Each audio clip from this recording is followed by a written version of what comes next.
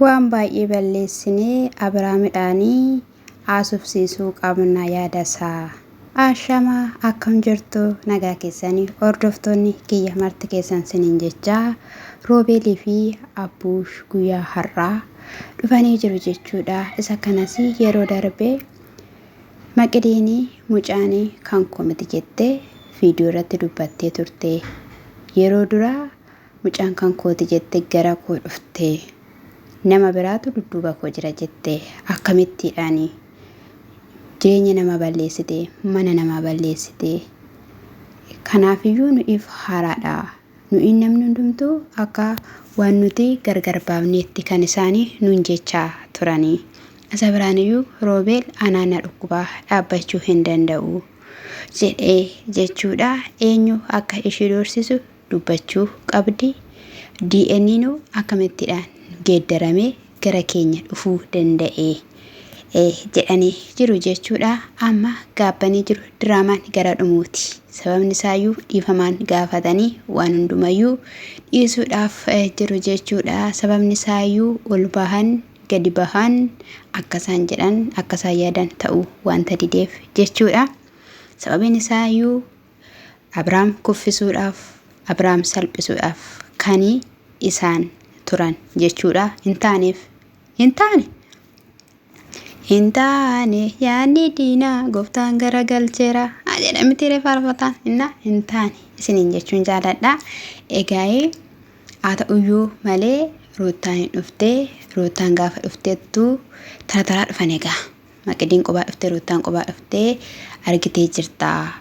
Mucaan kan kiyya miti jettee jirti.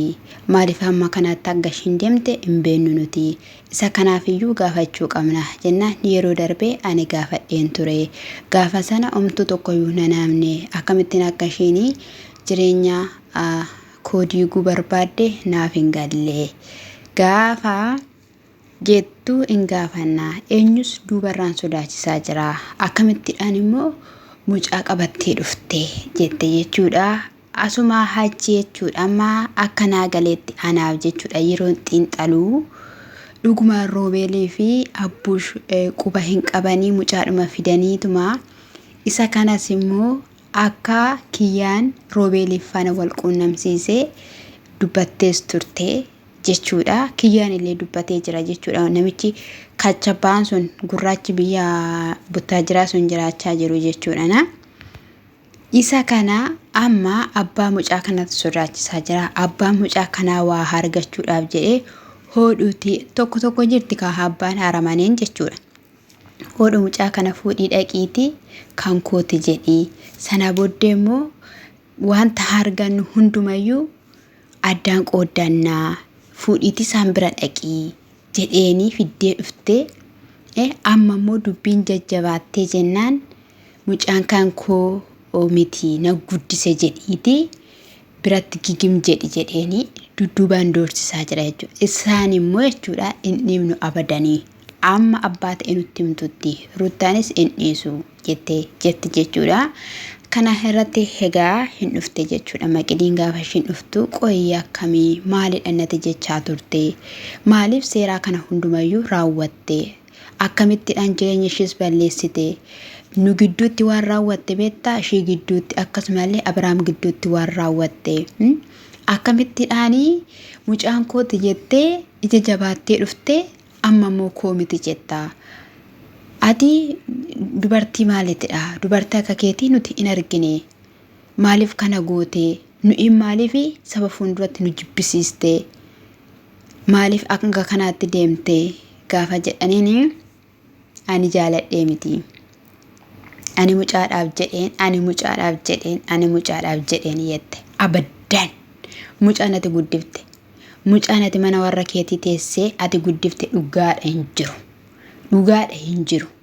Ani kan hin beeku tokko dubartiin tokko yoo ofishiitii of dandeesse jabduu yoo taateetti ta'ee osoo gaa'ela hin dhaabbatiin iyyuu kan dhaloota guddisan jiru.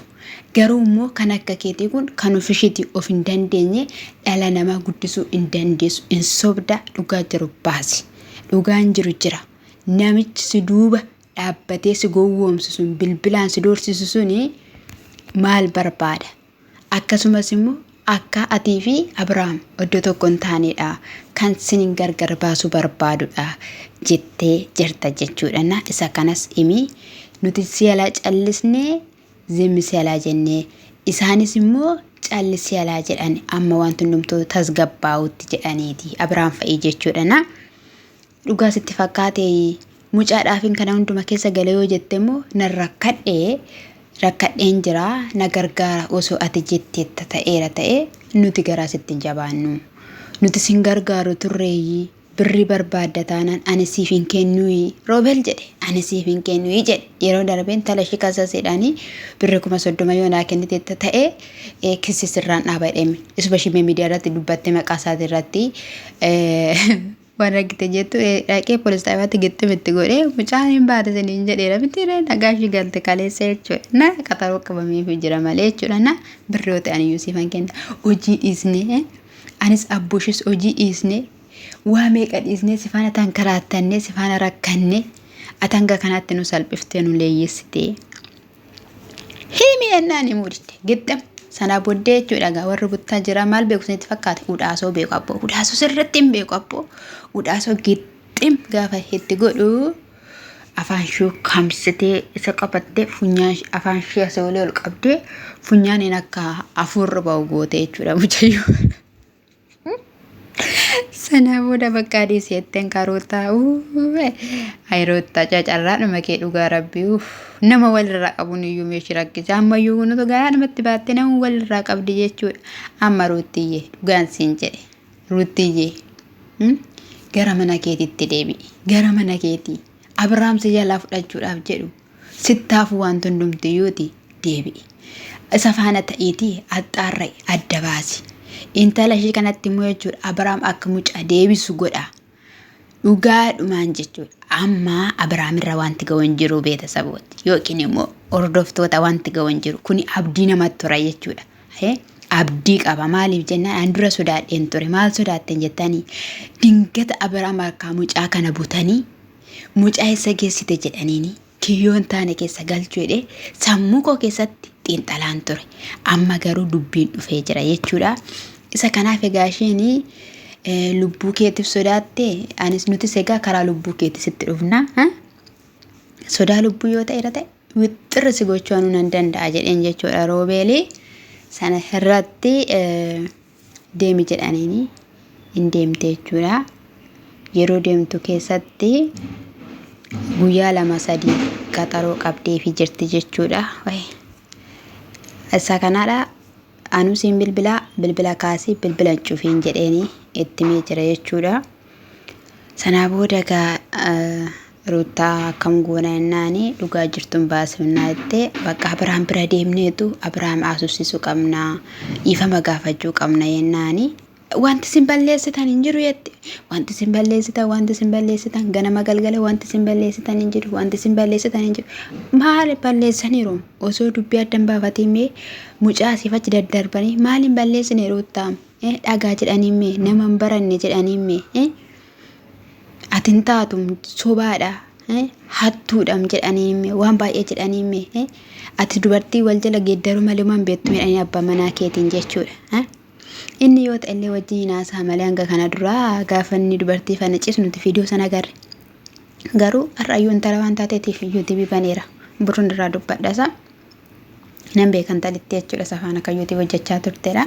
Inni tola waltummaan beekama abbaa manaan kee dhugaan siin jedhe. Sii wayyasaan galiidhaan himee galiidhaan akka yeroo tokko TikTok irra galii. Jechaa tura maal jedhu maalidha wanti ta'e isa waan ta'edha garuuna galiidhaan isiniin jedha. Sanarratti waan baay'eetu badee waan baay'eetu ta'ee jedhaniiru bakka dhaqaniiru boruu jechuudha. Har'a ishii biratti dhufanii haala kanaan haasa'anii inni rooberraa wanti ta'e hin cabee hordoftoota afurri seexanarraa baheense nagaa seerra tasgabbaa'ee akka nama fura qulqulluudhaan guutameetti jechuudha. Haahee bareedaadha namatti tola. Boyka mucaa yeroo xiqqoofsi biraa turu jettee engadda akkasitti na biraan biratti boochaa ramoo si boochisan asitti ganaa si boochisu sin dhiisan